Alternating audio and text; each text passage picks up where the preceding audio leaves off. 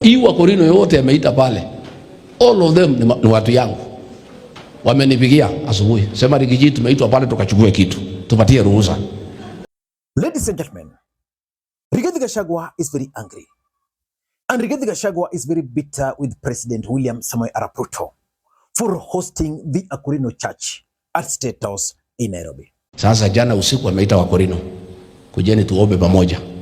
Nionekane niko pamoja na Wakikuyu kwa sababu mmekuja kunitembelea. Pale kwa gate kila mtu anapewa 3,000 akiingia. Unajua pale Kikuyuni hakuna kitu naweza fanya na Ruto sasa bila biashara. Hata maombi lazima alipe. Sasa watu walimalizana na Sasa kwa hapo na Akorino wanawadanganya. Adeo Rigathi anasema nyinyi wasaliti, si ndio? Hao watu wachache ni wasaliti. Akorino hapana iko kwa hiyo maneno. Hiyo ni watu wanatafutia tumbo zao. Sijui nyinyi mtaniunga mkono, mko na 1.2 million votes. Wewe William Ruto hujaelewa hii watu ya mlima. And just like it was expected, the response from the president was also fast and furious. Sasa mtu mwenyewe yako na tumbo kubwa, alafu unauliza mambo ya chakula. Ati sijui nani amepeleka tumbo. Kama ilikuwa ni mtu ya kubebana matumbo, si ni wale wako tumbo kubwa ndio wangekuwa wanaulizwa. So nyinyi, hata mimi nikitembea natembeanga na tumbo yangu. Chakula si yako. Mwenye kupika si bibi yako. Mwenye kualikana si wewe. Mahali watu wameketi si kwako. Wewe unauliza State House nini? Mimi ndio kusema hapa ama namna gani? Si ndio? Kwa hivyo nyinyi karibuni sana State House. Karibuni kabisa. Na wakiendelea nitawakaribisha tena. Alafu nione ile watafanya. Ama namna gani? In this video, I want us to look at the political significance of William Ruto hosting the Akorino church at State House in Nairobi, and why Rigathi Gachagua is actually justified to be angry and bitter with the president. First of all, why do you think this meeting was convened in the first place? Because according to Rigathi Gachagua, President Ruto just made a phone call to this church yesterday at night, which means this event was not that planned. Hii Akorino yote ameita pale, all of them ni watu yangu. Wamenipigia asubuhi, sema Rigathi, tumeitwa pale tukachukue kitu, tupatie ruhusa. So why do you think it's important? Let us listen into the pastor or the bishop. Jengea Akorino University. Hiyo ndio njia ya kupita sasa. Hata sisi tumejua hii kura yetu iko dhamana. Na tunaenda mahali tunaona tunasaidika. Na tunataka mahali tunawekewa akiba ya watoto wetu kwa sababu ya kesho. Lakini mimi naomba leo kwa sababu deputy president yako hapa. Iko vijana watatu wa Akorino walivutwa kazi kwa ofisi yake. Na ni Akorino. Si ni vizuri kusema hivyo. Ama namna gani? Na kwa sababu leo wako deputy president, hii watoto hawakuwa na makosa. Na ni watoto 4 tu. Na hatuna ingine kwako. Hii watoto 3 na tumelia mpaka tunakuja kwa baba kila siku. Na wewe sasa tumekutana kwa baba. Si useme vile baba atasema imekuwa hivyo na imeiva. Hii watoto wamekonda mpaka karibu wakufe na shida. Na hawakumaliza hata zaidi ya mwaka moja kwa kazi. Kwa hivyo vile president pia anafanya, na wewe tusaidie laini hiyo. But before we get into all those details, in case you are watching this channel for the first time, please take a second or two, click the subscribe button so that next time we produce a video like this, YouTube will automatically notify you. Ladies and gentlemen, for those who followed William Ruto's game plan for 2027, for 2022, it was very clear. William Ruto was banking on the tyranny of numbers. That is the mountain and the Rift Valley, which is secured. Then after that, William Ruto also tried to focus on the traditional Raila Odinga support base at that time, but he was very specific. He chose where he thought that he was going to have some advantage. But importantly, William Ruto also focused on the church. William Ruto projected himself as the church candidate. In fact, William Ruto attended, I don't know if there's any church in the mountain where he did not contribute to their Harambee by participating. So after he became the president, William Ruto was dumped by the mountain.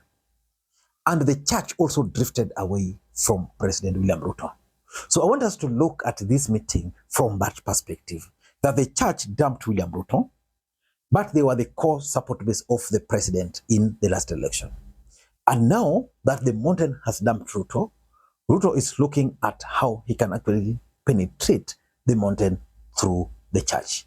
And that brings me to the first reason why Rigathi Gachagua is actually very angry and very bitter. Number one, Ruto is crafting a new strategy for Mount Kenya.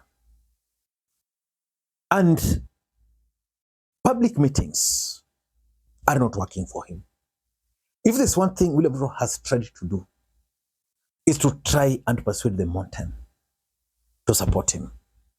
In fact, if I were to ask me, or if I were to advise the president, my advice, and I've repeated this here, would be simple. Please forget about the mountain. Mount Kenya is gone. But William Ruto and some of his allies still believes that he cannot just lose the mountain like that, because he believes that if the mountain voted for him over 90%, then there's no way they can just wake up and dump him. But the truth is, they've dumped him. So the idea here is Ruto is crafting a new strategy for Mount Kenya. And that strategy does not include public meetings. So he wants to organize Mount Kenya like church, and is going to focus on the traditional churches, the Akorino. Akorino has membership. I think I don't have the right figures, but their numbers could be running into millions. And that's exactly what Ruto is looking for. That if he can lock the Akorino support base, then he will be sorted. He will be sorted so that at the end of the day, because what he's interested in is the fact that he can get 1, 2, 3, 4, 5 votes. So the new strategy is what is worrying Rigathi Gachagua, because Rigathi Gachagua was locked in out. But now going to church, how can you stop someone from going to church? How can you even persuade church members not to attend or not to invite the president? So that's number one. Number two, Ruto is planning to use the church again in his campaign. In 2022, the church played a very key role for William Ruto. Number one, William Ruto used the church to effectively mobilize the ground. For example, there is a church with several branches within a county, let's say in Kiambu, and they're holding joint service there. You would expect the church members to be there. So it makes it easy for political players just to go and address them, because they're not participating in anything. They are not mobilizing.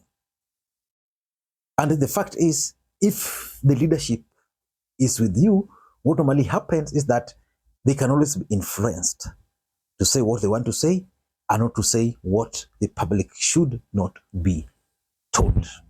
Hii Wakorino wanajulikana kwa kuimba.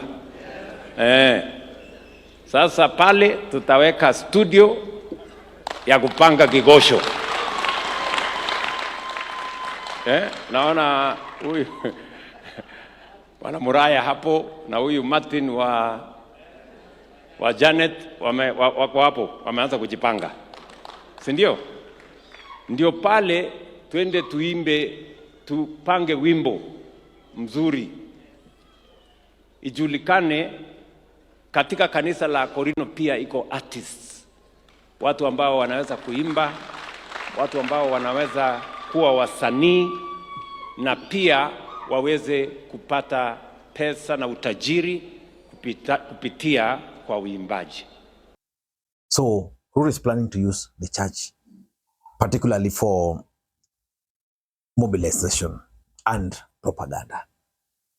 Why do you think the church believed that Odinga was a devil, or the churchgoers? Because they were told in their churches. I remember at some point, Mama Odinga told Kenyans that, you know, this idea, there's something he talked about the church, and it was twisted. that, you know, Mama Ida doesn't want church, she doesn't pray. Ruto was the anointed one. The truth is strategy to use the church to mobilize and for propaganda. Number